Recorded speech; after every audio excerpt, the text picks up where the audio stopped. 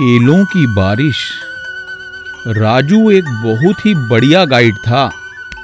लाल किले के बाहर रोज खड़ा हो जाता और आने जाने वालों को पूरा लाल किला घुमाता। आइए आइए, लाल किला देखिए, लाल किला देखिए। आइए, राजू गाइड आपको लाल किला दिखाएगा। केवल 50 रुपए में पूरा लाल किला दिखाएगा।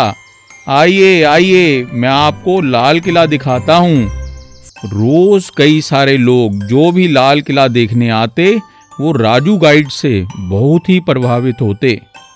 एक बार एक दूर दराज के गांव से एक लड़का दिल्ली घूमने आया। मदन जब लाल किले पहुंचा तो उसे राजू गाइड मिला। आइए भाई साहब, आइए, मैं आपको लाल किला दिखाऊंगा। हाँ भाई, दिखाओ लाल किला। राजू ने उसे लाल किला अच्छे से दिखाया। जब मदन ने पैसे देने के लिए जेब में हाथ डाला तब राजू ने देखा कि मदन के पास तो बहुत सारे पैसे हैं। अरे वाह, ये अकेला भी है और इसके पास बहुत से पैसे हैं।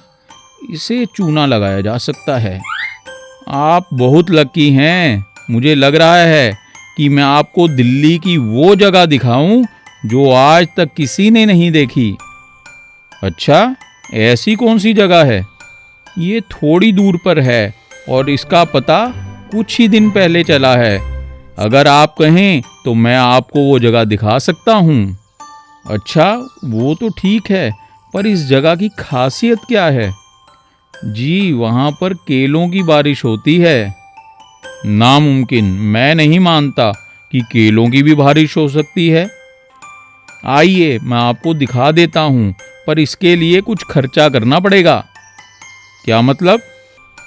1000 रुपये लगेंगे। वहाँ जाने का परमिट तभी मिलेगा। मदन ने 1000 रुपये राजू को दे दिए। अच्छा, तुम यहीं रुको, मैं अभी परमिट बनवा कर आता हूँ। अरे, मैंने तुम्हें 1000 रुपये दिए हैं, इसलिए तुम जहाँ जाओगे मैं भी साथ ही चलूँगा। ठीक है, चलो। राजू उसे बहुत सी संकरी गलियों से होते हुए एक जगह पर ले आता है। थोड़ी दूर चलने पर वो एक बावली में पहुंचते हैं। अब तुम यहाँ रुको, मैं जरा बाथरूम होकर आता हूँ। राजू वहाँ से निकलकर सीधा केले के ठेले पर गया और वहाँ से कुछ केले खरीदे। फिर उन सब केलों को बावली के ऊपर से नीचे की ओर फेंकता है जहाँ पर मदन खड़ा हुआ था। फिर तेजी से मदन के पास वापस आता है। अरे ये क्या, मेरे आने से पहले ही बारिश हो गई। चलो, कोई बात नहीं, तुमने तो केले की बारिश होते हुए देख ली ना। मदन कोई जवाब नहीं दे सका। अच्छा भाई, चलता हूँ, मेरा काम तो हो गया। और लोगों को भी तो लाल किला दिखाना है ना। बाय।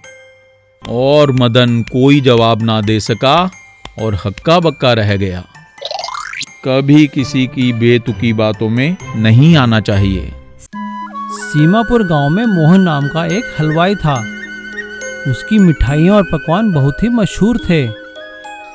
एक दिन उसके दोनों बच्चे स्कूल से वापस उसकी दुकान पर आते हैं। पापा पापा, आज पिंकी को क्लास में डांट पड़ी। और पापा, आज रिंकू को भी खूब डांट पड़ी है। ठीक है, तुम लोग लड़ाई बंद करो और घर जाकर अपनी माँ से कहना रसगुल्ले के लिए चाशनी तैयार रखे। मोहन शाम को घर पे चाशनी लेने आता है। अरे ये क्या, तुमने अभी तक चाशनी नहीं बनाई? क्या हुआ तुम्हें? अजी सुनते हो, मैंने कितनी बार आपसे कहा एक छोटा सा कूलर ही लगवा दो। इतनी गर्मी में रसोई में काम करना बड़ा ही मुश्किल है मेरे लिए, मुझसे नहीं होगा। मजबूर होकर मोहन अपनी पत्नी के लिए कूलर ले आता है और उसकी पत्नी कूलर की ठंडी हवा में बैठकर खूब काम करती है। एक दिन जब बच्चे खेल रहे होते हैं तभी उसकी बेटी के हाथ से 10 रुपए का नोट उठकर कूलर में फंस जाता है। लेकिन ये क्या, कूलर में से तो हजारों रुपए के नोट निकलने लगते हैं। ये देखकर सभी हैरान हो जाते हैं। अरे, लगता है ये जादुई कूलर है। 10 की जगह 1000 रुपए, हमारी तो लॉटरी ही लग गई। उनकी एक पड़ोसन वहाँ छुपकर ये सब देख रही थी। भाभी, एक कटोरी शक्कर मिलेगी क्या? हाँ, क्यों नहीं, अभी लेकर आती हूँ।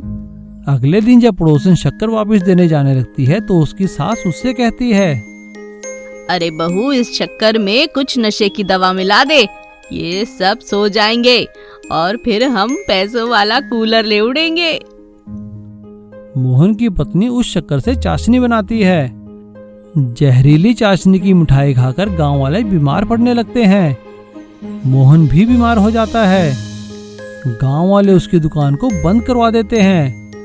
बच्चों की माँ, हम लोग तो बर्बाद हो गए, हमारी दुकान बंद हो गई, अब हम क्या करेंगे? आप फिक्र क्यों करते हो जी, हमारे पास पैसे देने वाला कूलर जो है।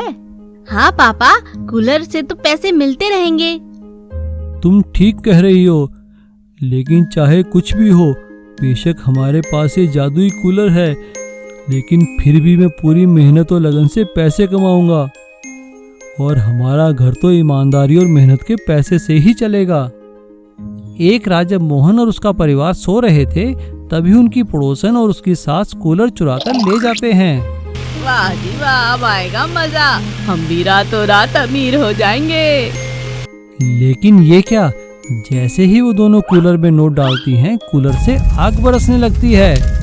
अरे ये क्या कर दिया पगली, तूने ठीक से इसमें नोट ही नहीं डाले होंगे, हाय मैं मर गई। उन दोनों की ये हालत देखकर कूलर से आवाज आती है, तुम दोनों सास बहू लालची हो, इसीलिए तुम्हें ये फल मिला है। दोनों सास बहू को सबक मिल चुका था। वो दोनों रातों रात जाकर कूलर मोहन के घर में लगा देती हैं और अगले दिन सुबह अपनी गलती मान लेती हैं। अब गांव वालों को सच्चाई का पता चल जाता है और वो मोहन को उसकी दुकान खोलने देते हैं। अत्याचारी सास और बहू। शर्मा परिवार में एक विमला देवी नाम की अत्याचारी औरत रहती थी। उनका बेटा बहुत होशियार था और काफी पैसे कमाता था। विमला देवी अपने बेटे के लिए लड़की देखने जाती हैं।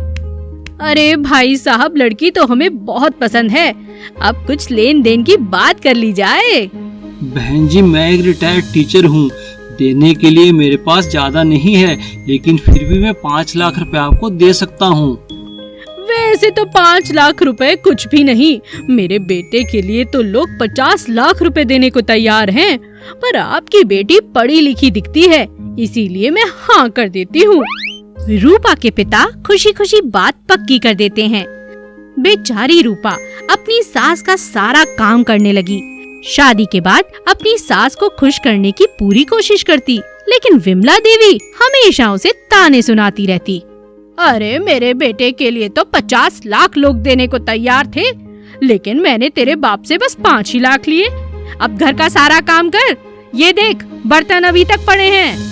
माँ जी, मैं भी कर देती हूँ। कुछ समय बाद रूपा प्रेग्नेंट हो जाती है। वो बहुत खुश थी।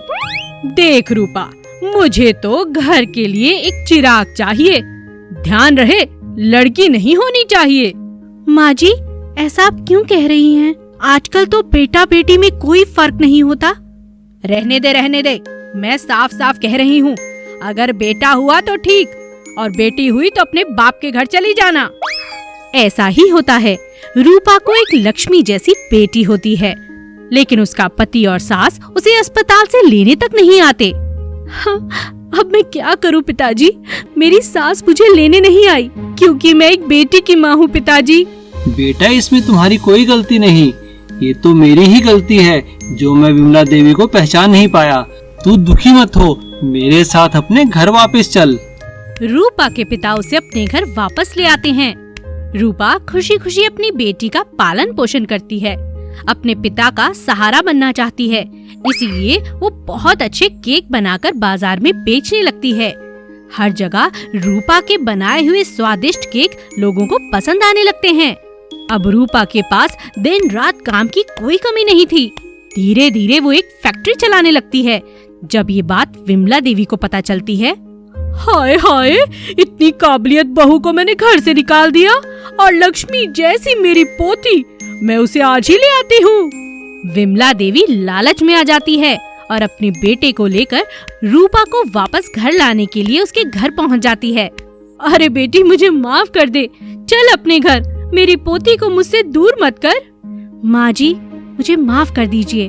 अच्छा हुआ जो आपने मुझे आईना दिखा दिया। मेरे पिताजी से एक बार गलती हुई, लेकिन अब हम दोबारा कोई गलती नहीं करेंगे। मैं अब अपने पैरों पर खड़ी हो चुकी हूँ। अब मैं अपने पिता का सहारा बनूंगी और यहीं रहूंगी। रूपा की सास खाली हाथ अपने घर लौट जाती है। इसीलिए कहते हैं लालच नहीं करना चाहिए और बेटियों को हमेशा सम्मान और प्यार देना चाहिए। Please subscribe.